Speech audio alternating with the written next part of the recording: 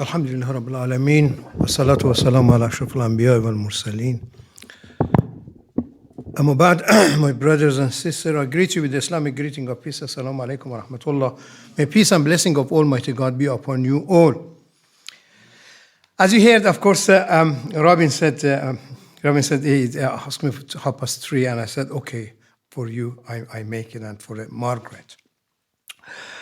I had another meeting and I left it to come here because at the moment, as you know, is a Interfaith Week and everybody wants I be involved. However, I haven't got to prepare something special, but I'm going to say, how did I get involved with the interfaith?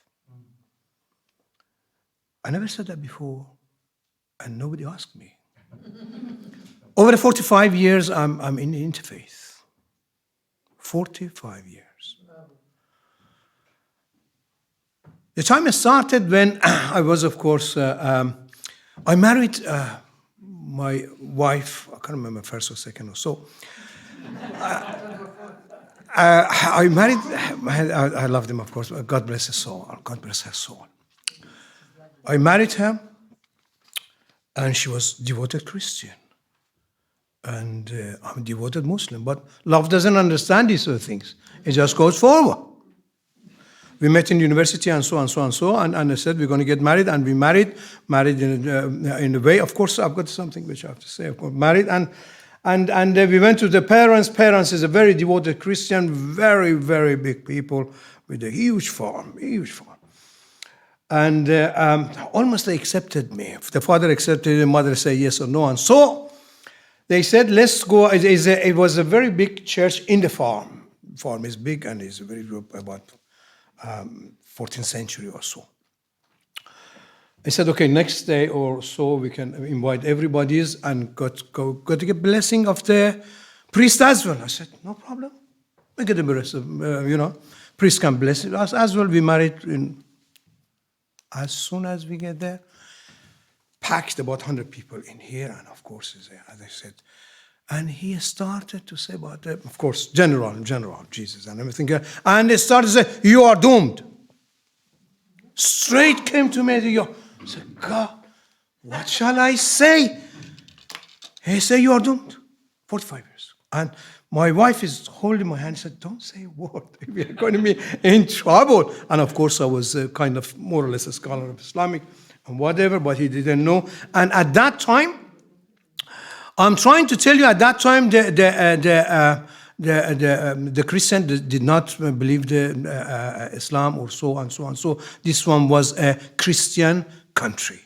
At the moment, of course, secular or so on. So 45 years ago, this was a Christian country, and they did not understand the Muslim getting involved. Muslim, what is that?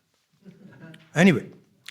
We came to the mosque, and of course, she wanted to know about Islam as well, and knocked the door of the mosque. And I said, of course, my wife is English, and she wanted to learn. She was Christian. She wanted to learn. Of course, I was learning. I knew about the Christianity, but she wanted to learn. And I said, of course, of course, maybe one time she wanted to come to Islam. I said, no. People born Muslim. I said, what? He said, people born, they cannot come to Islam. And shut the door. He said, nothing, we got nothing, and shut the door. Shut the door of mosque. It was about 10 o'clock, I went there. It wasn't time to pray. And she was very sad. And I said, I know what to do. I'm going to make an interfaith here. We came, of course, to the bishop and archbishop, and so on.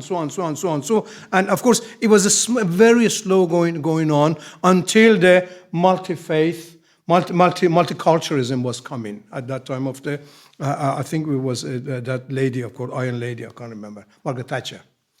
That coming, and he was bringing it, and they chose me, the people chose me, Muslim whole chose me as UK or whatever chose me as you go forward, we don't want to get involved. You are a great Satan. I said, thank you very much, very kind. We get forward, and it's true. There's nothing I'm making though. And of course we talked with the Muslim, Christian, Hindus, Buddhists, all were, and Jews didn't want to get involved at all at that time. We had to slowly bring him in because they said we are different. However,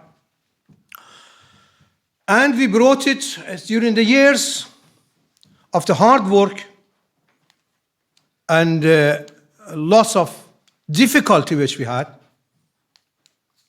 We designed a multi-faith with the government. I went to multi-faith in a prayer room in the parliament, prayer room in the metropolitan, prayer room in the armies, prayer room in the universities, all. Prayer room in the schools, all. You know how many, of course, as you can see, Metropolitan got a police station. And how many Thames Valley got a police station? What, 50, 60, 70? We had to get the monies and do it, do the interfaith, for the interfaith prayer room. For six big religions, Muslim, Christian, and Jews, and Hindus and Buddhism. I think that was 5 which we provide the main. This was what at the moment you can see. Of course, when the money came, everybody else says, oh, I want to be involved. However, my brothers and sisters, our base was, we talked to the several bishops, at least 40 archbishops. At least I was a place which the 40 archbishops retired or a new one, they were there. We talked. I was representing a Muslim, as of course Muslim Council of Britain, and I was one of the directors of Muslim Council of Britain.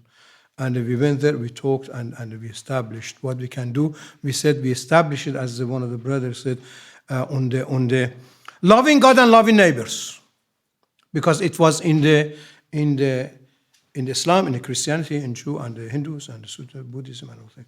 Loving your God and loving, or loving God, loving neighbor, or loving good, loving neighbor. Because many people, we don't believe. Many people was not believer at that time. Said, okay, loving good and loving neighbor, because all has to be together.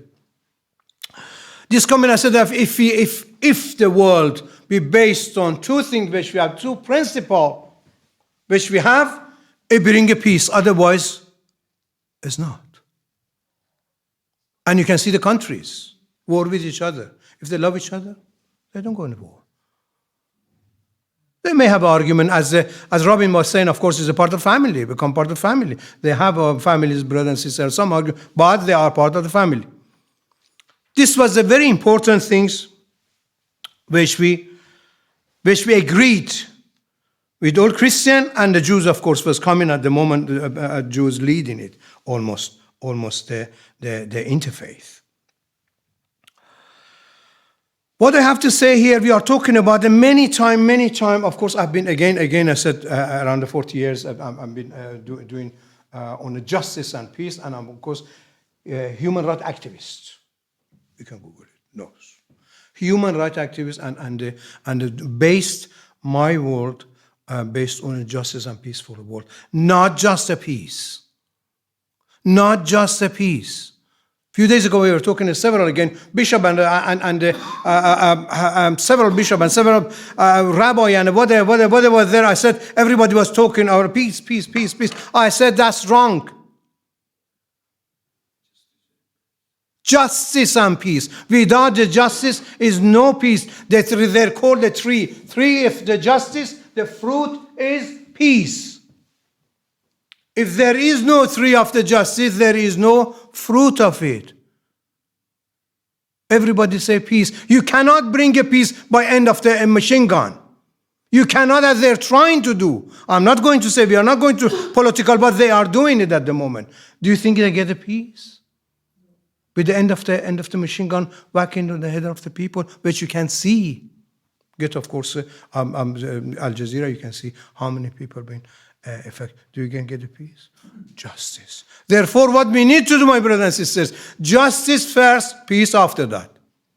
We have a United Nations, beautiful United Nations, of course, which is weak.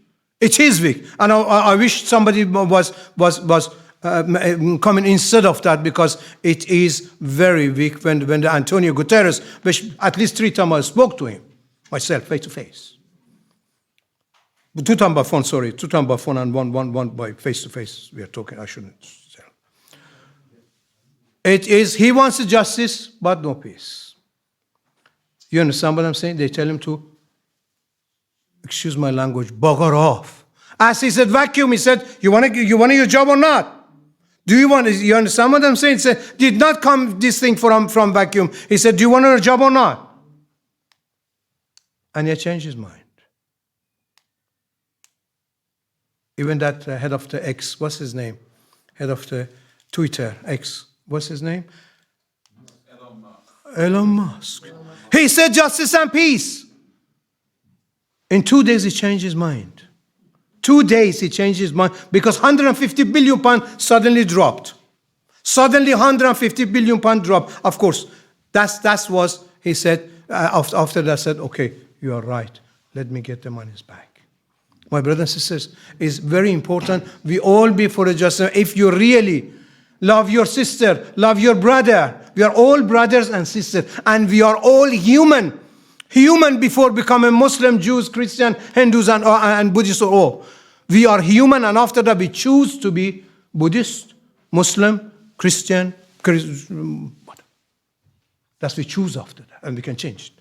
Therefore, my brothers and sisters, it is very important to understand the brothers and sisterhood at the moment, and do not degrade the people to the animal or to other things.